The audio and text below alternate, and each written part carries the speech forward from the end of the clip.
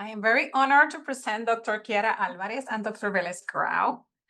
So first, I will introduce Dr. Kiara Álvarez. She's a Bloomberg Associate Professor in the Department of Health, Behavior, and Society at the Johns Hopkins Bloomberg School of Public Health.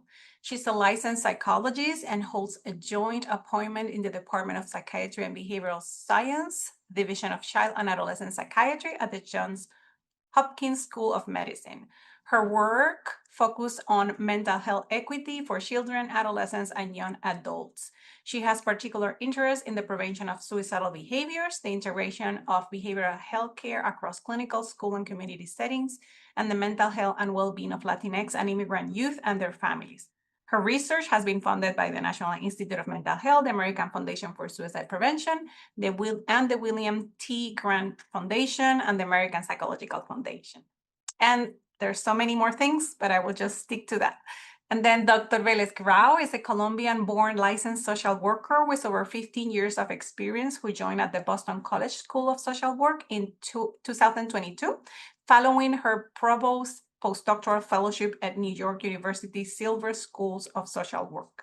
Her research and practice center on the lives of ethno-racially minoritized adolescents and their families, with a particular emphasis on Latine adolescents in the United States. Her research investigates the individual, interpersonal, and the context, risk, and protective factors associated with suicidal behaviors among these adolescents. Utilizing community-based participatory research methods such as photo voice, she explored adolescents' perception of mental health services, and the barriers and facilitators to mental health engagement. I could say a lot more of each, but I would add that the most important thing for me is that they are both amazing human beings who are passionate and committed to what they do, and I feel honored to call them my colleagues. So Dr. Álvarez, please, is your turn. And then we will also, let me say, first Dr. Álvarez will present, then Vélez-Grau, and then after both presentations, we will have around 10 minutes for questions. But please feel free to write your questions in the chat as they come to your mind, and we will go back to those at the end. Thank you.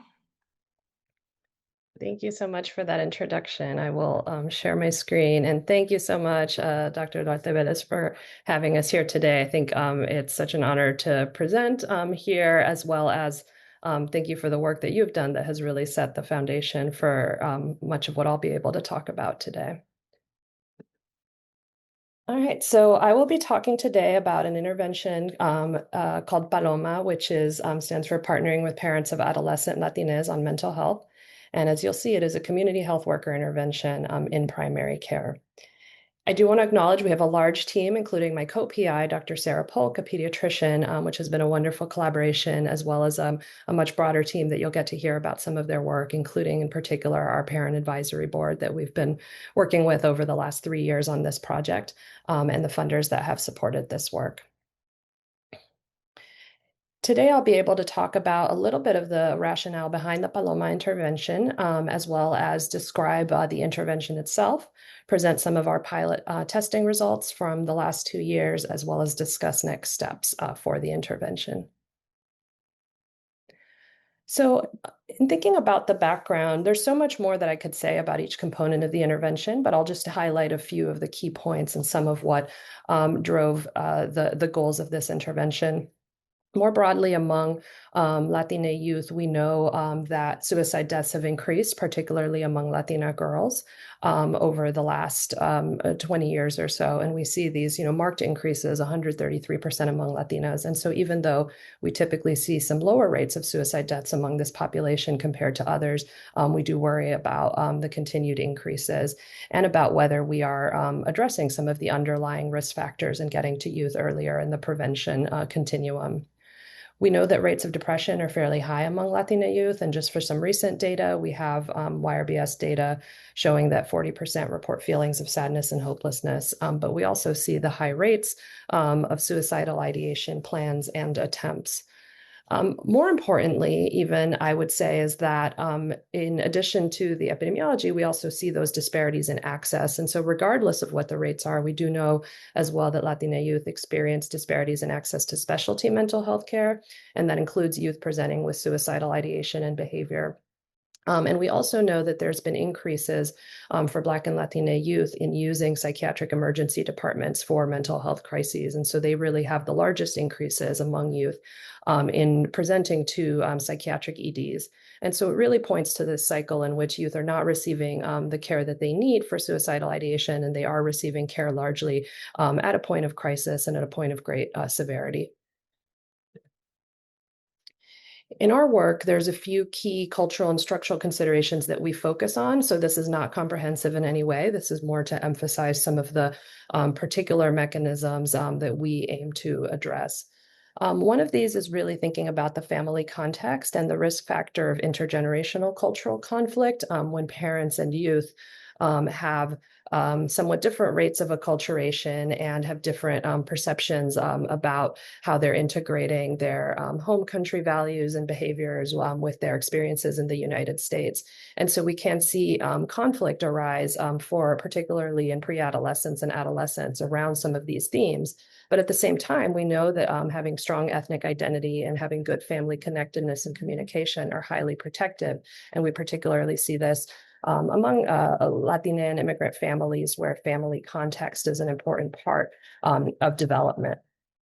So that's one of the areas that we aim to focus on in our intervention work, but we also look at the broader structural factors. One of the key ones for this intervention, which was focused on Spanish-speaking parents, is language access. So we know that there's always a lack of bilingual therapists and interpretive services to meet mental health service needs for people who are not predominantly English speakers.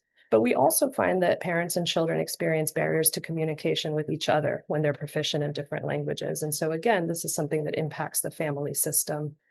And then certainly it goes without saying, and is even more prominent in this past year, the sociopolitical context, how punitive immigration policies, hate speech and crimes, racism and discrimination impact day-to-day stress and mental health of youth and families.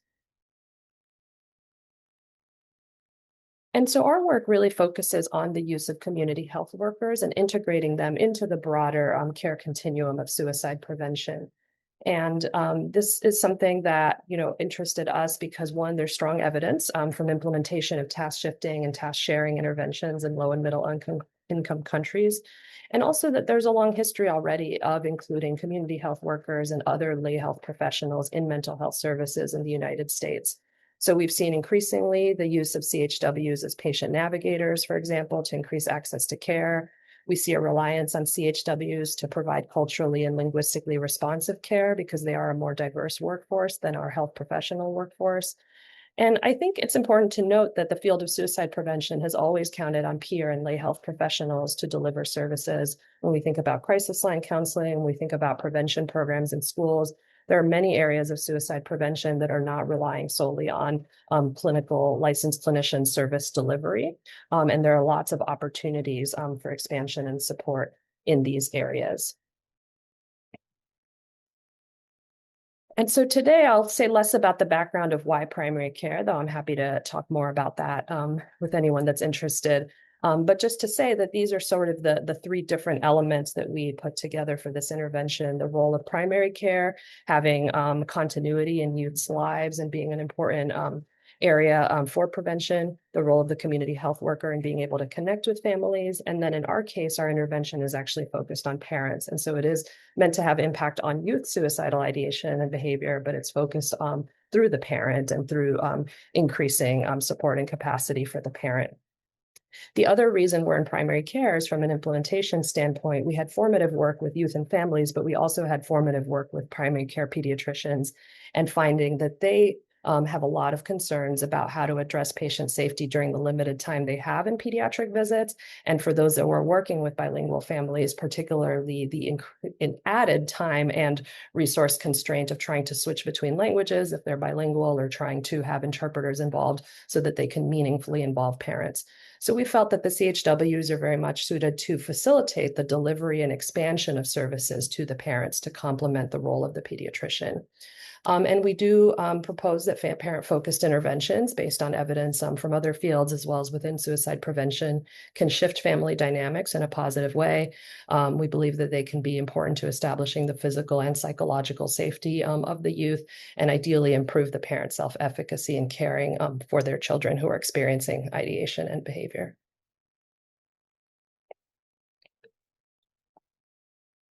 And so moving from there to our intervention, again, as a focus, it aims to address the suicide prevention resource and training limitations faced by pediatricians. There is evidence, there are published papers showing that pediatricians have a high exposure to patients that experience suicidal ideation behavior and don't experience formalized training in many times. And some of our qualitative work has also shown that pediatricians are having to kind of ad hoc pull together what their resources and strategies are. So we aim to have a multi-level strategy that was both going to support the pediatricians as well as address the language, stigma, and information barriers that we found were being faced by immigrant Latine families, specifically Spanish-speaking parents. And there is, rooted in the evidence base on youth suicide prevention and Latina youth mental health, but as well as formative work, including focus groups that I won't have a chance to talk about today, but that did predate the development of the intervention. And so again, the multi-level strategy is training and implementation supports to the PCPs, ideally to help increase their comfort level with evidence-based screening and intervention.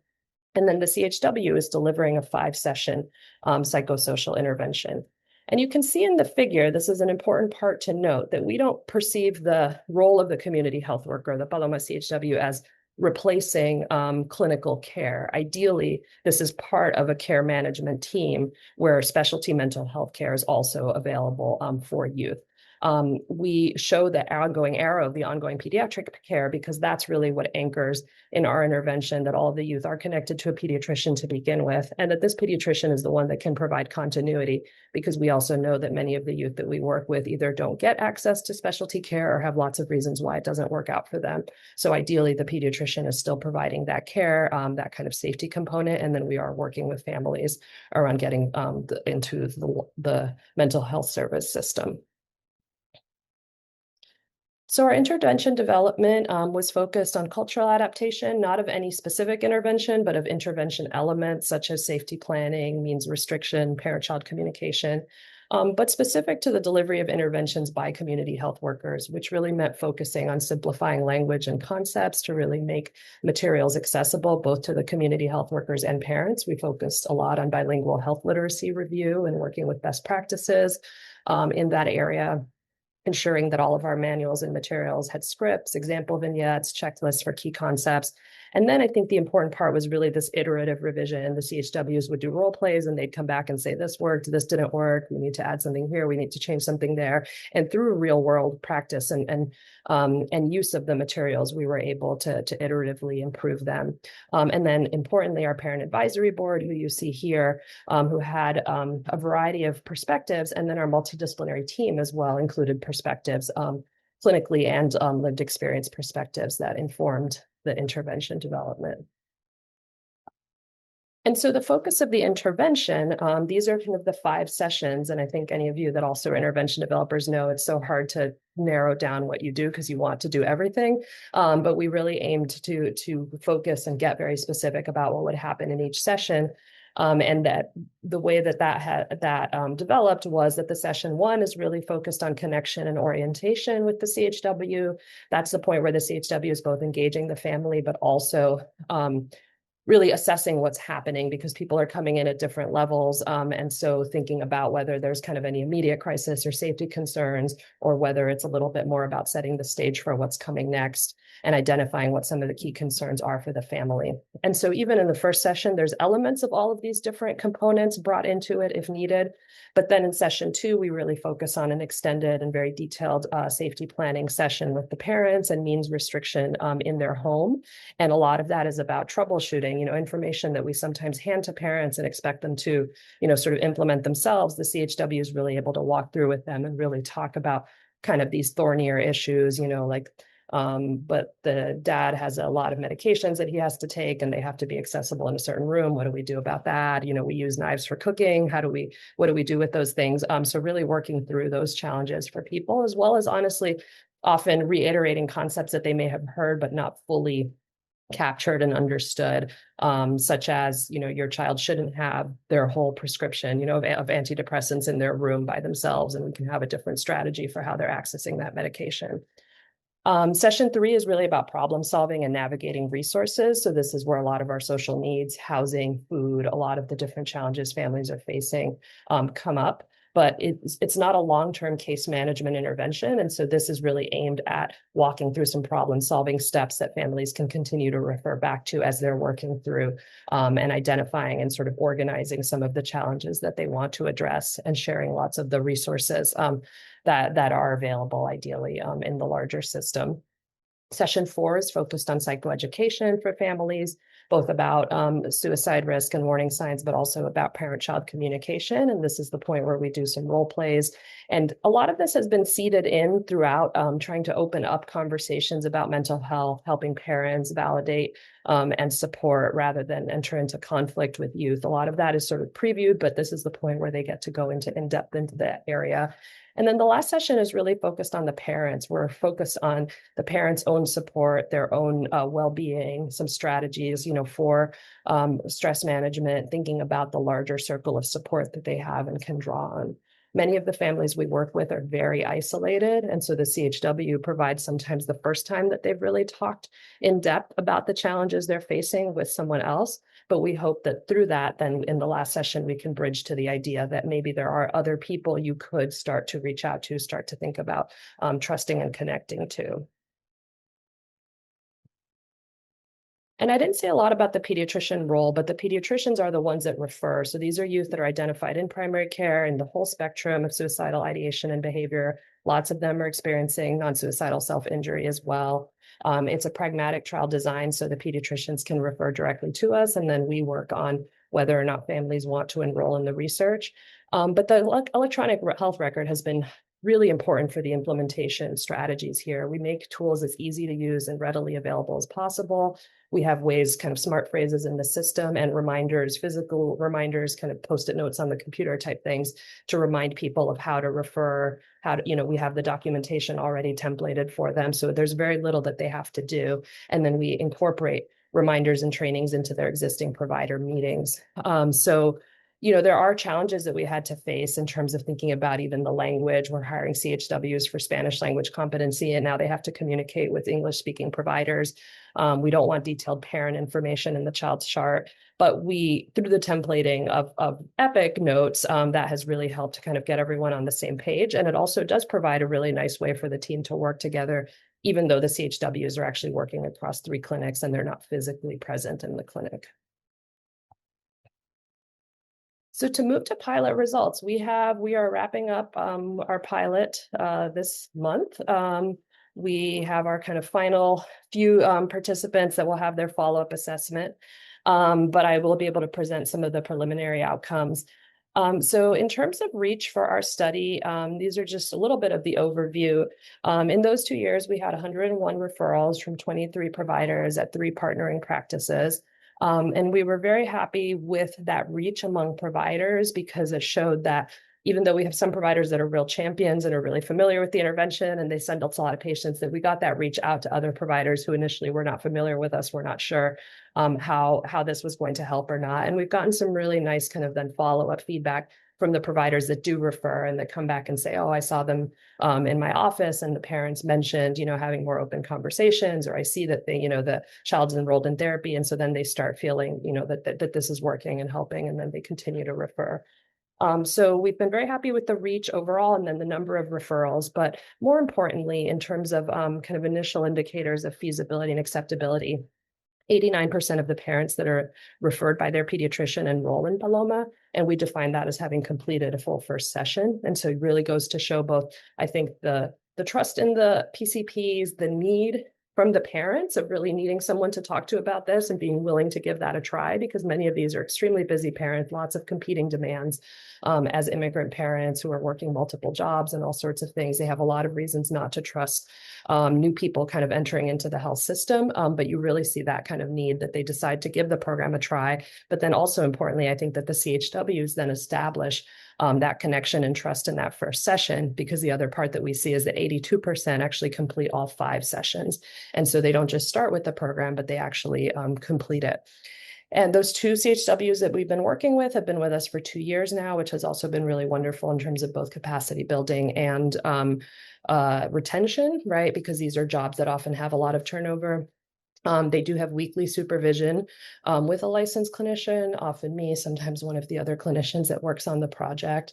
And then we have a senior CHW early on who helped with training, coaching, and intervention development. So we're hoping to continue that model that our current CHWs can actually now move on to train others. But this integration of clinical expertise, having a licensed clinician available, having the pediatrician, having the CHW, it all comes together. It's not about sort of training people and then leaving them out on their own to deal with this. We know that this is really complex. The families are experiencing, a lot of challenges and complexity. There's a lot of clinical complexity among the youth. And so it really is an important team effort. And to our knowledge, this is the first CHW intervention that's addressing the intervention gap of the caregiver's role and accessibility to underserved groups at the same time as the implementation gap of delivery in primary care. So let's see, let's try to get through the last few pieces. The primary outcomes, of course, were feasibility and acceptability. It's a pre-post study, so we don't have a control group to compare to, but we do have pre-post analysis from baseline and 3 months post-enrollment.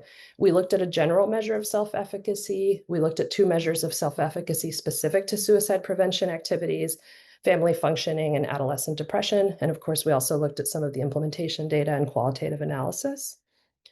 And what we find, and we were very happy with, is a statistically significant increase in parent self-efficacy for suicide prevention and the confidence to engage in suicide prevention activities, which was the second of those 2 self-efficacy measures with very large effect sizes. We did not see a change in general parent self-efficacy, which was interesting, and I think helped us define a little bit more explanatory model that this really is focused on these aspects of suicide prevention, like the parent-child communication, means restriction, and that we are really seeing changes in that, but not more generally in the parent self-efficacy. It also gives us a sense of kind of that there are different constructs that are being measured.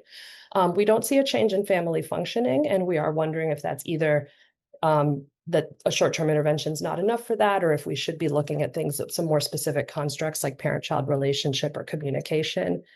We do see a decrease in adolescent depression symptoms, and we don't interpret that to be a result of the intervention. We know that typically if we're measuring depression over a couple of time points, we're going to see a decrease, but we do interpret that as a signal of safety of the intervention. We know that the youth enrolled are not worsening in terms of their clinical profile, and we see that as well with our suicidal ideation measures. And these results are consistent in models adjusting for age and sex. We also see a lot of support from parents around the quantitative survey of feeling they would recommend to parents, they feeling that the program helped them support their child, they would use the manual as a tool in the future. But we have a little bit of work to do in making sure parents receive the parent manual. Sometimes they're supposed to receive that in primary care, and fewer parents receive it than we would like. So there's some implementation areas to focus on. And we have, some great short answer responses that we've done qualitative analysis on that really map onto the intervention logic model, right? So parents report receiving guidance and practical support, improving communication with their children, becoming more aware of risk and safety, feeling emotional support and reduced isolation. And the part that I was actually really pleased by was not something I expected fully from this intervention, is that parents talked a lot about improvements in their own self-regulation. So some of the themes were things like, I used to not be able to talk to my daughter about this at all because I would just cry, and now I can have a conversation. Or on another end of the spectrum, I was always angry and irritable. It just made me mad to think that this was happening, or that my daughter couldn't kind of figure out, how to resolve this problem. And I realized that that was sort of about me, and I had to take a pause and calm myself to be able to connect. And so that has been really powerful in a short intervention, and something we hope to build on.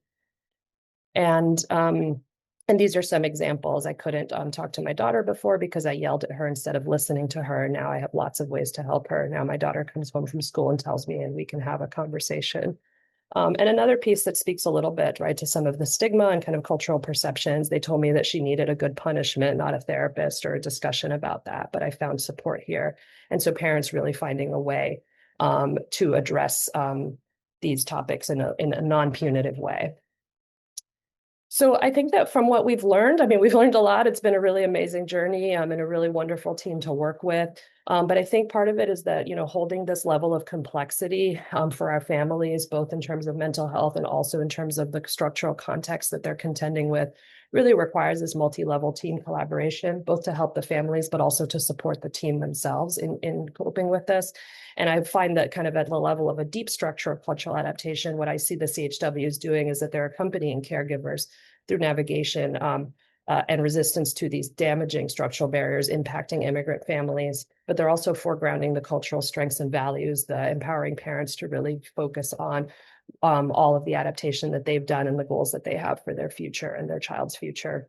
And that this does require multiple layers of multidisciplinary collaboration, including not just the ones that I've mentioned, but also sometimes having to go outside to navigation and advocacy of within the service system. For instance, when our patients are being denied care for language access, and we realize that one of us at the level of supervisor has to actually step in and advocate and navigate the system to ensure that that the appropriate evidence-based care is being provided.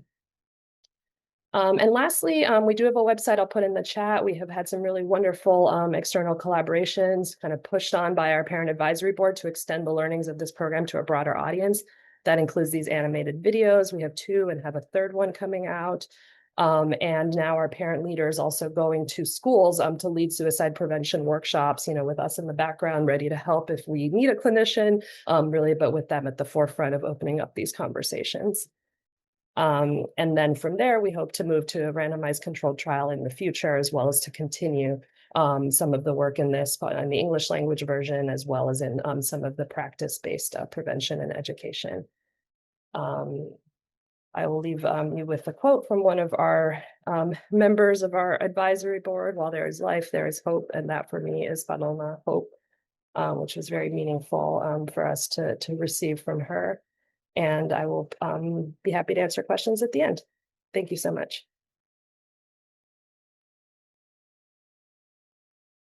Oh, that was wonderful, Dr. Álvarez. Now we have the floor for Dr. Vélez-Grau. Thank you so much.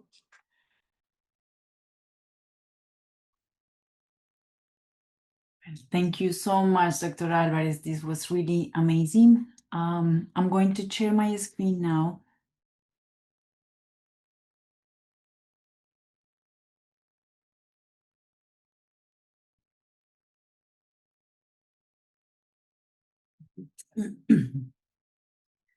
All right, so I'm going to talk about Career Development Award K23 that was funded by the National Institute of Mental Health. And I wanted to use that study to illustrate how to use participatory research to develop culturally responsive suicide prevention strategies. These strategies focus on immigrant origin adolescents, particularly Latine adolescents. And I hope to show you how to use some implementation frameworks such as CFIR or Consolidated Framework for Implementation Research to co-design implementation strategies for a youth mentor-led, adapted and task-shifted evidence-based intervention in youth community centers. I also wanted to touch base on a global model called task shifting, which Dr. Álvarez touched or is using with parents as an opportunity to increase access to mental health care in the United States. So task shifting is the redistribution of mental health care tasks from specialized clinicians to trained lay providers.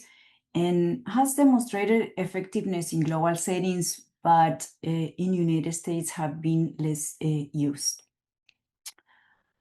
All right, so before I wanted to start by acknowledging all my mentors and the consultants of my care award, my team, LASO's team, and the community partners, the youth community centers, the directors and the mentors that were part of this formative research that I'm going to show today. I have no conflicts of interest to report. All right, so in implementation science, we often deal with complex domains and technical processes, but we can simplify this process by looking at 4 key aspects of implementation. The who, which is the population you focus on or I focus on.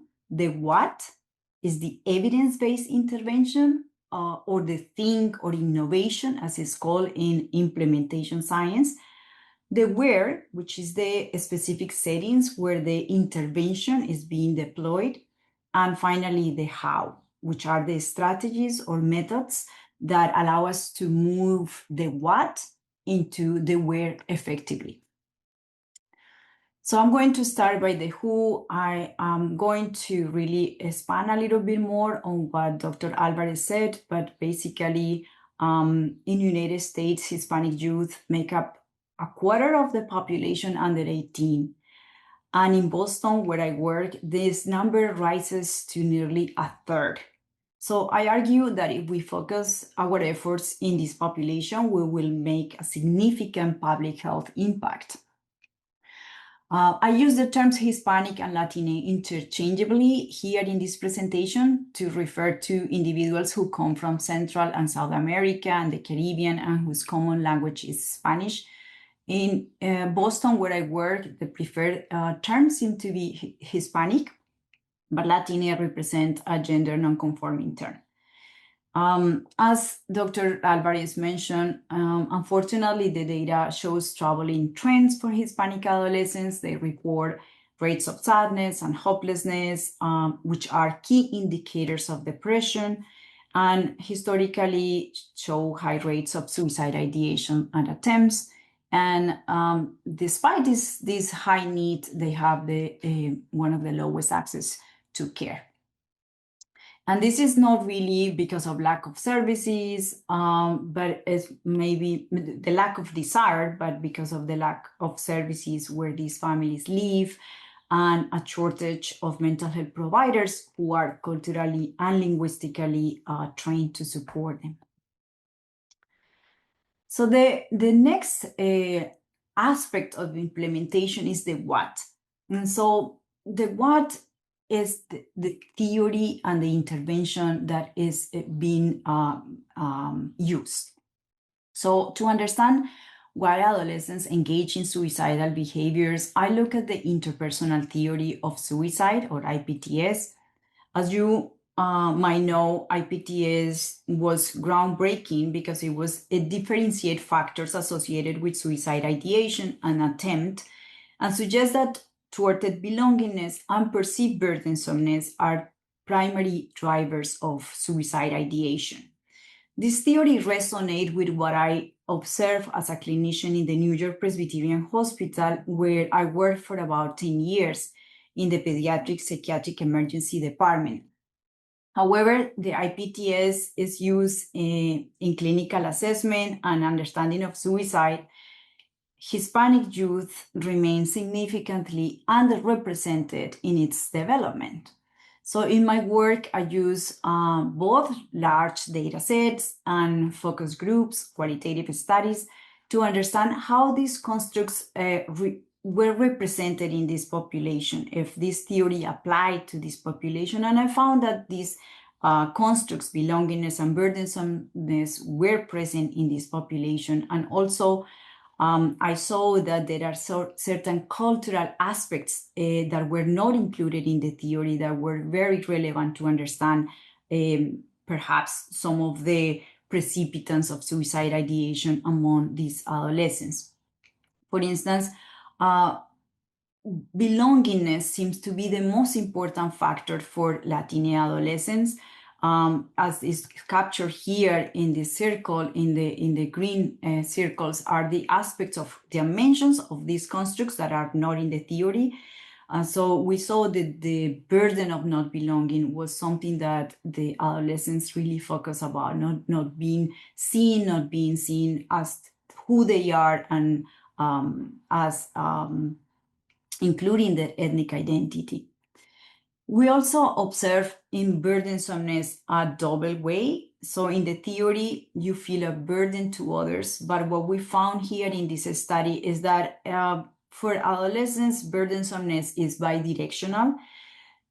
Adolescents feel a burden to others and family, but they also feel that family are a burden to them, mostly because of the high expectations and some of the cultural norms that are imposed on them. So once I understood that these theoretical factors were present among Latine adolescents and the way they manifest culturally, the next step was to identify an evidence-based intervention that could address those key risk factors of suicide ideation, which was depressive symptoms, feelings of belongingness, and burdensomeness. And this led me to the interpersonal psychotherapy for adolescents, which is an evidence-based intervention shown to reduce depressive symptoms by strengthening interpersonal functioning and communication. The IPTA also fosters a sense of belongingness by strengthening interpersonal relationships and reduce burdensomeness through problem solving and psychoeducation. The IPTA has been tested with Hispanic adolescents and has been task shifted globally, but its use in the United States remains largely in clinical settings. So once we found the who, the what, the next step was to find where were the settings to increase access to care. And so in my work in New York, I have worked with the Boys and Girls Club, and I found that these settings were really have a tremendous potential of do some prevention work. So here in Boston, I partnered with 3 youth community centers similar to the Boys and Girls Club. These centers are hubs of life skills and mentorship. They are already connected with trusted adults or mentors. And these mentors often share the same cultural background, live in the same neighborhoods, and really deeply understand the daily challenges these youth face. There is also an existing foundation of trust, and that trust makes these mentors really the ideal partners to deliver interventions that are not only accessible, but culturally responsive. And so then I wanted to show you and share a little bit of how we move this evidence-based intervention, IPTA, from clinical settings to the community settings. So in partnership with these communities, we proposed a suicide prevention model. And the overall goal of this study was to examine the feasibility and acceptability of task shifting the IPTA delivered by mentors in these community centers. But today I'm going to focus on this formative research that I did in M1, understanding what were the aspects, the individual and contextual aspects that we need to learn in order to adapt the IPTA to be delivered by these lay providers or mentors. I am currently in year 2 training the mentors, so I'll be happy to talk about that experience if there are questions at the end. So we conducted 9 focus groups with a total of 19 participants, adolescents, parents or caregivers, mentors, and directors. And I used the Consolidated Framework for Implementation Research to inform the interviews that we did in these 9 focus groups. The CFIR focuses on ecological domains, individual characteristics. In our case, these were the mentors and the adolescents that are part of the intervention. It also taking into consideration intervention characteristics, and in our case was the IPTA. The other aspects that CFIR considered are the inner and outer setting aspects. In our case, our setting was the youth community centers, and the outer factors that we consider were the sociopolitical context and all the things that had to do with that setting in Boston.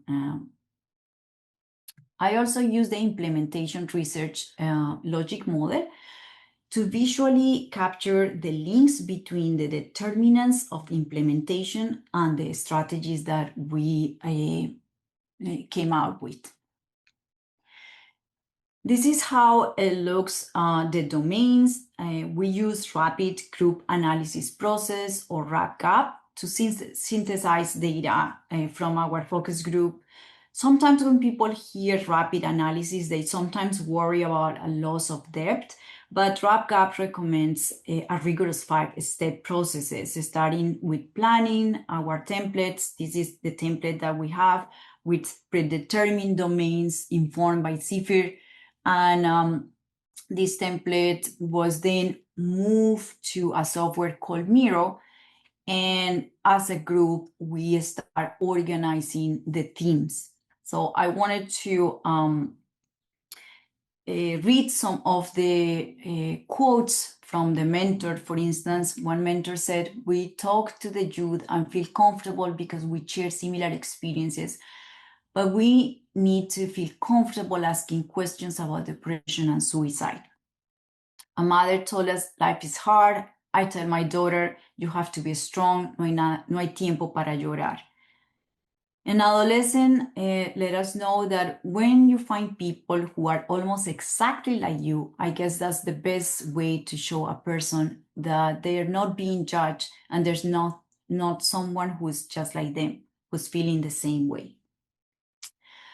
I think all of these comments and perceptions from the participants let us know that it really ratified our approach of moving an intervention to the community centers. We learned that parents and family beliefs sometimes were getting in the way to ask for help. And we also learned that mentors were excited about the training, but also expressed the need of a strong support to be able to navigate some of the aspects that were relevant for the upstream approach or suicide prevention. This is the implementation research model. So here you can see determinants of the intervention. Determinants are barriers and facilitators of the intervention that you wanted to move to the community settings. So for us, we found a strong evidence with Hispanic adolescents. It has been task shifted in other countries, but in United States, IPTA has not been task shifted. So far, it remains in clinical settings delivered by mental health specialists. And we also found that we have to adapt the number of sessions because we were using this as a preventive approach, not as a diagnostic approach. In terms of the individual characteristics, we found that parents' lack of knowledge about mental health.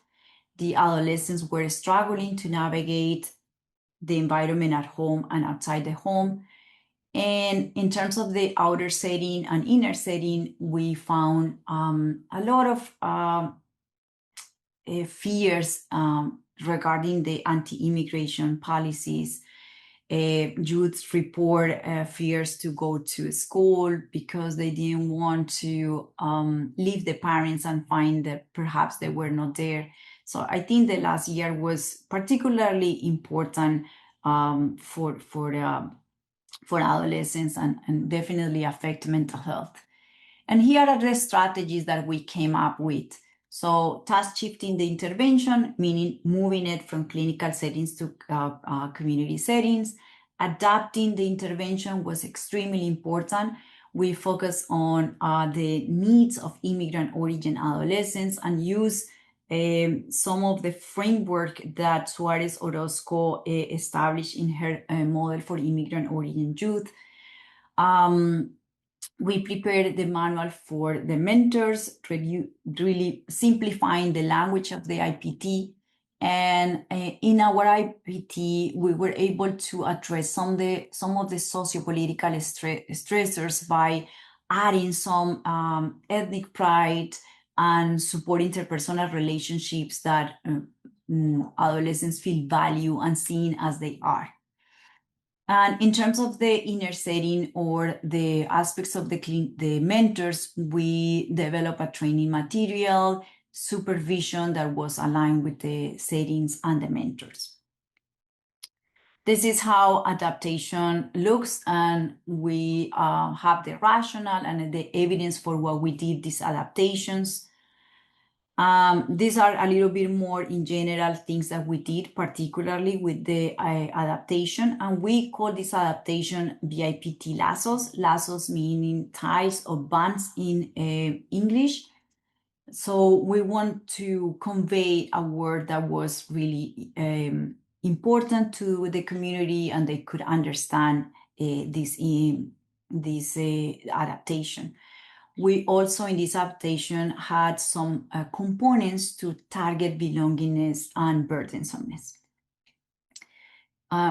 Finally, I wanted to leave you with 3 main points. And one is that theories matter. In suicide prevention, we cannot afford to guess. Theories give us the why that makes our interventions effective. Second, co-design is an intervention in itself. And by working with the community, we avoid harm and begin to repair trust. In communities where research has historically been harmful, the act of co-designing IPTA was the first step in building foundation of safety for these communities. And finally, the intervention is never the whole story. Frameworks like CFIR show us that success depends on a complex ecosystem of factors.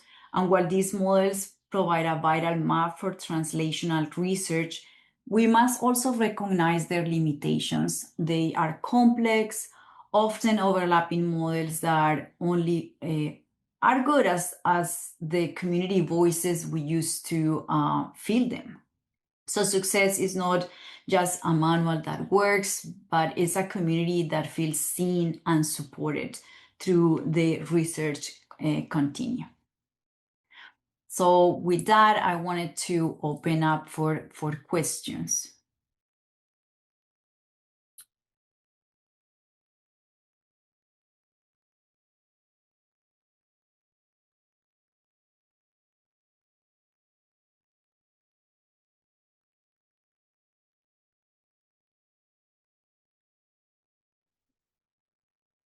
We have a few minutes for questions, either for Dr. Álvarez or Dr. Vélez-Grau. I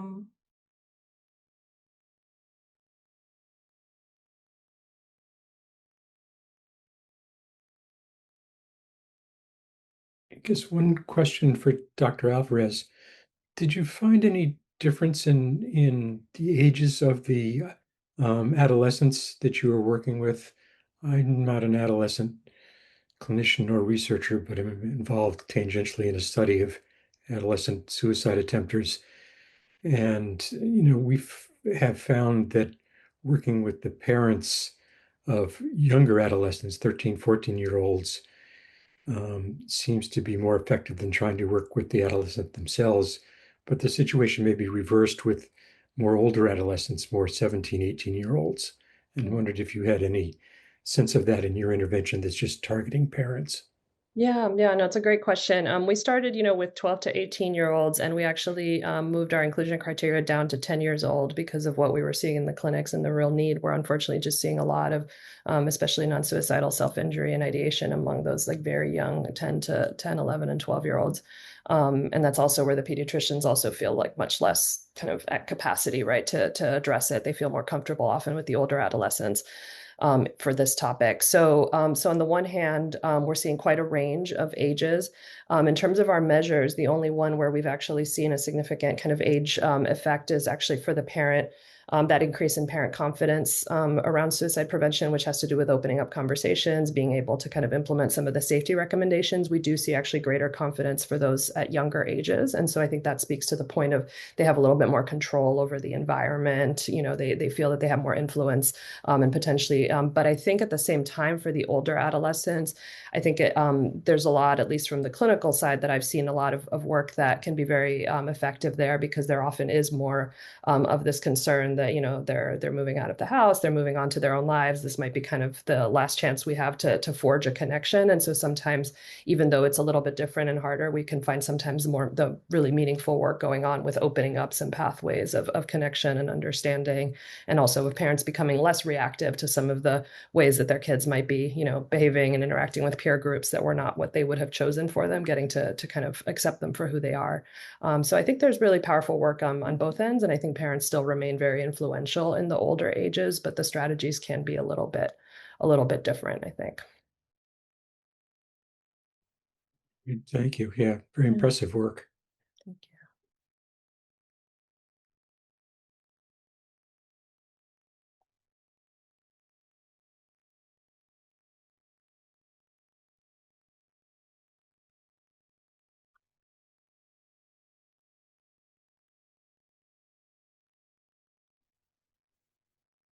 Maybe to end, I will put a question out there for both of you.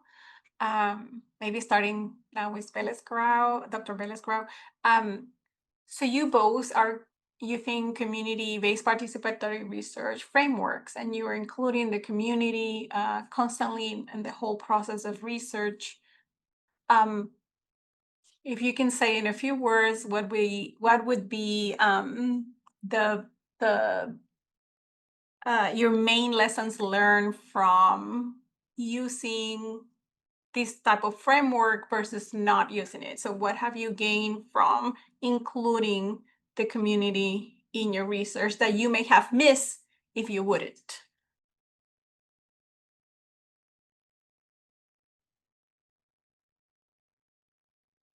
I think that for me, community work is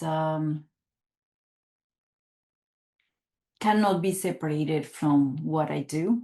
So it's hard to conceive work that doesn't take into account the needs and the perspective of the community. I think in prevention, in suicide prevention, the community input is extremely important, because at the end, they are going to be the recipients of these interventions, of these strategies.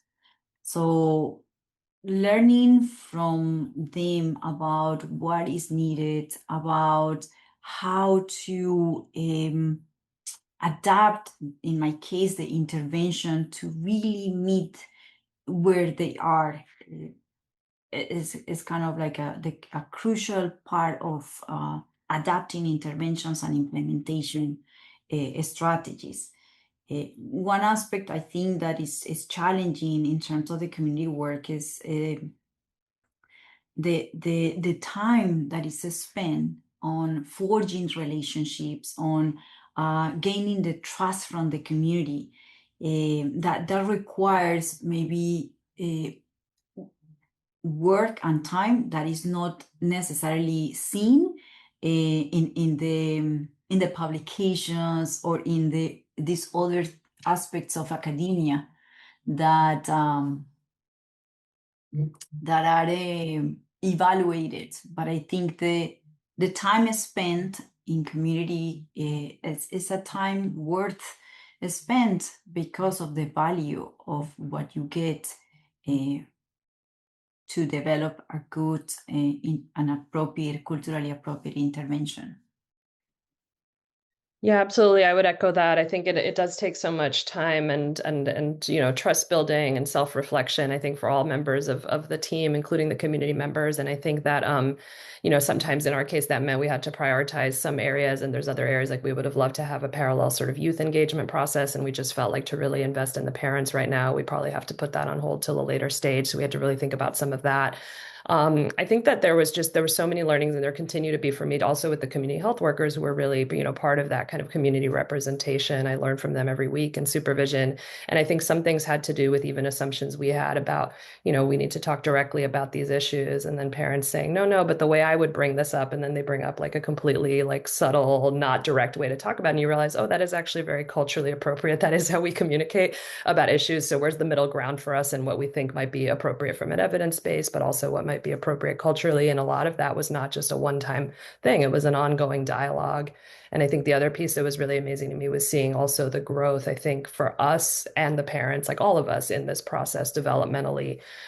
We really grow in our understanding of the work and our work together and where we've sort of arrived now from the beginning. But I think if I have one piece of advice maybe for people that are doing this, is something I think worked really well for us, is that we from the very beginning started our community meetings with having some element of something they could take away, in terms of information. So we always had an open space at the end for them to just ask any questions they wanted to of either a pediatrician or of me as a psychologist. And that was really important in the early phase where we didn't have that long-term trust built up yet. There was still something that they were gaining beyond like the monetary compensation, but just that they had some access to resources and information. And I think that also helped us to build trust early on. So any way that you can kind of integrate that mutual exchange into the process from the beginning, I think is very important.